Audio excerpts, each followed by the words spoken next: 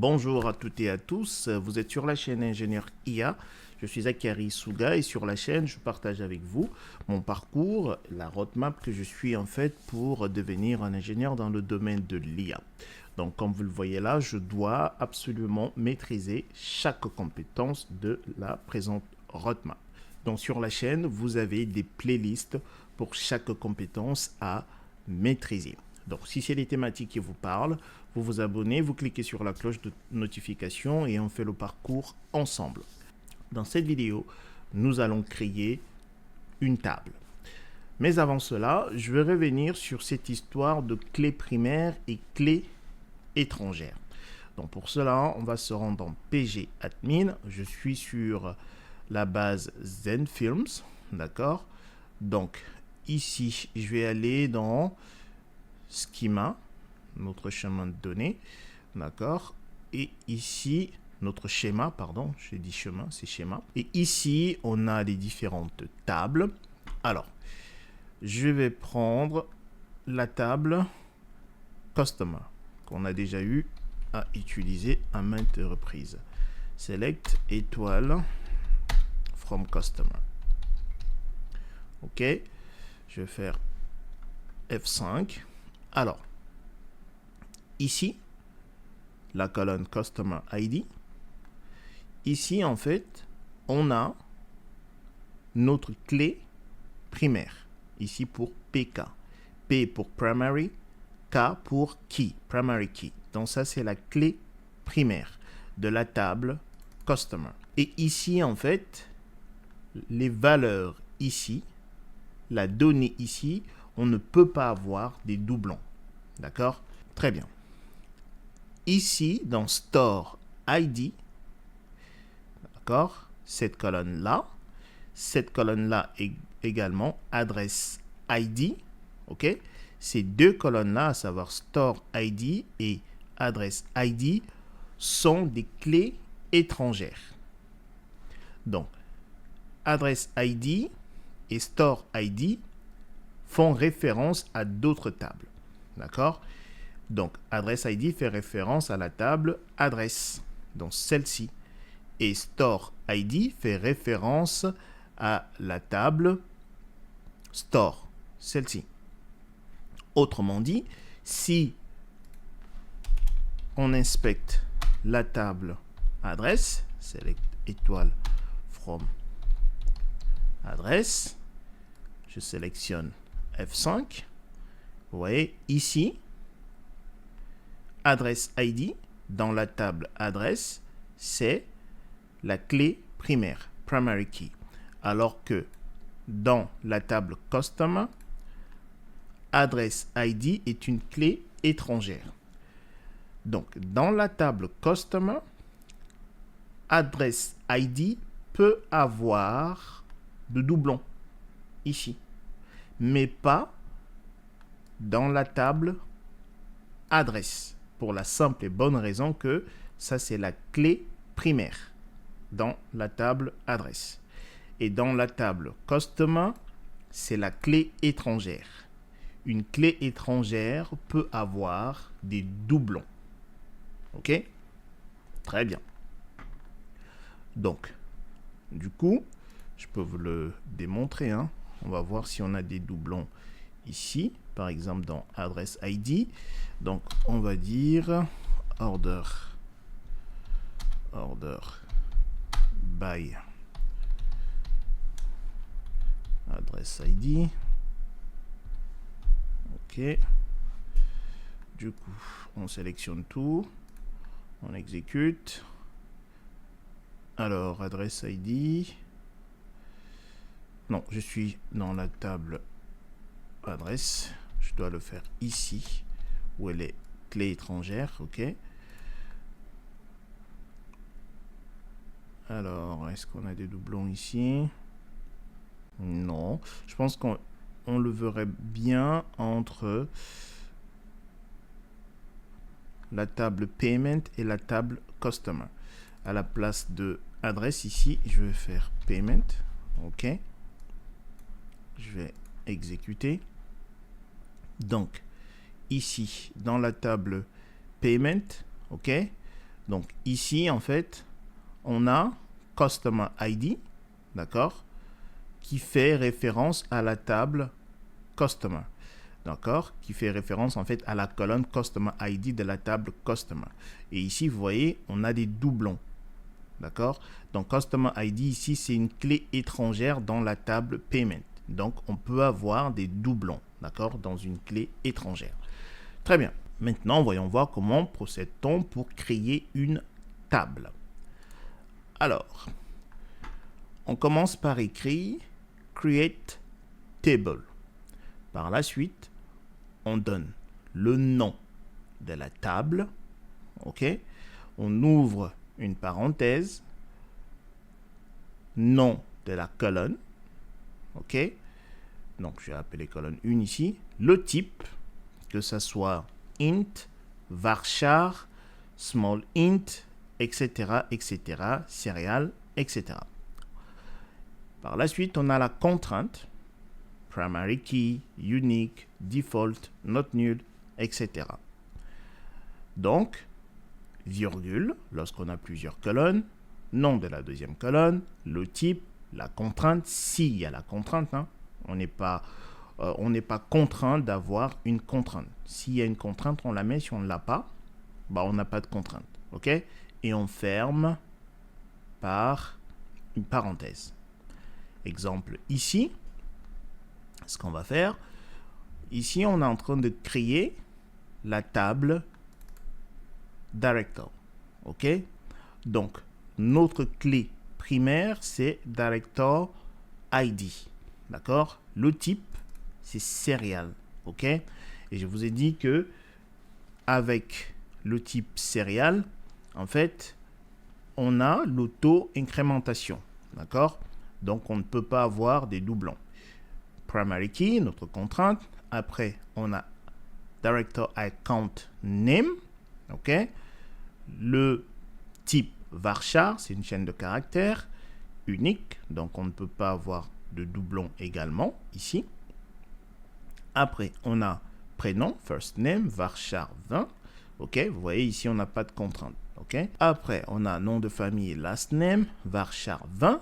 Alors, ici, non, pas default. Je ne peux pas avoir default ici parce que c'est un nom. Donc, ça, non, je ne suis pas d'accord avec ce que j'ai fait là.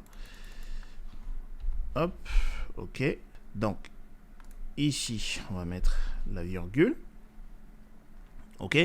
Donc, en fait, je voulais utiliser la contrainte default, mais pas sur last name. Non. Alors, ce qu'on va faire, je vais l'utiliser, la contrainte default après.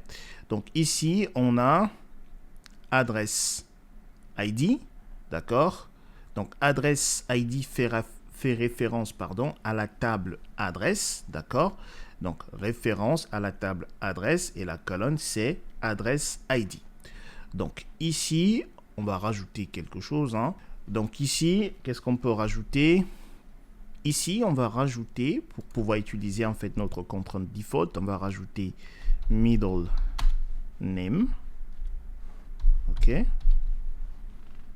Donc, ici, c'est en bleu. Voilà. Le type, ça va être varchar 20. OK. Ou on va utiliser texte, hein, juste histoire de texte. OK. Donc, on va mettre code couleur. Et donc, on va avoir default. OK. Donc, default, c'est notre contrainte. Et la valeur par défaut, c'est not specified. OK. Voilà. Donc, ici, il va falloir fermer, d'accord, comme ceci, et je mets en vert. On ferme ici. Notre parenthèse, elle a été ouverte ici, on la ferme ici. Voilà. Maintenant, ce qu'on va faire, c'est on va créer cette table-là dans PG Admin. OK? Donc, on se rend dans PG Admin. Ici, on va effacer ce qu'on a fait précédemment. Donc, on a dit, on va faire create table. Le nom de notre table, c'était director. OK. On ouvre, on ferme. Et ici, qu'est-ce qu'on a vu? On avait director ID. OK. On a dit le type, c'était serial. OK. Après, c'était primary key. OK. Virgule. Après, alors je vais faire en sorte que ça soit aligné. Après, on avait director account name. Le type, c'était varchar 20. Et on a dit c'était unique, virgule. Après, on avait le prénom dans first name, varchar 20. Pas de contrainte, virgule. Après, on avait le nom de famille last name, varchar 20. Pas de contrainte, virgule. Après, on a mis middle name. OK.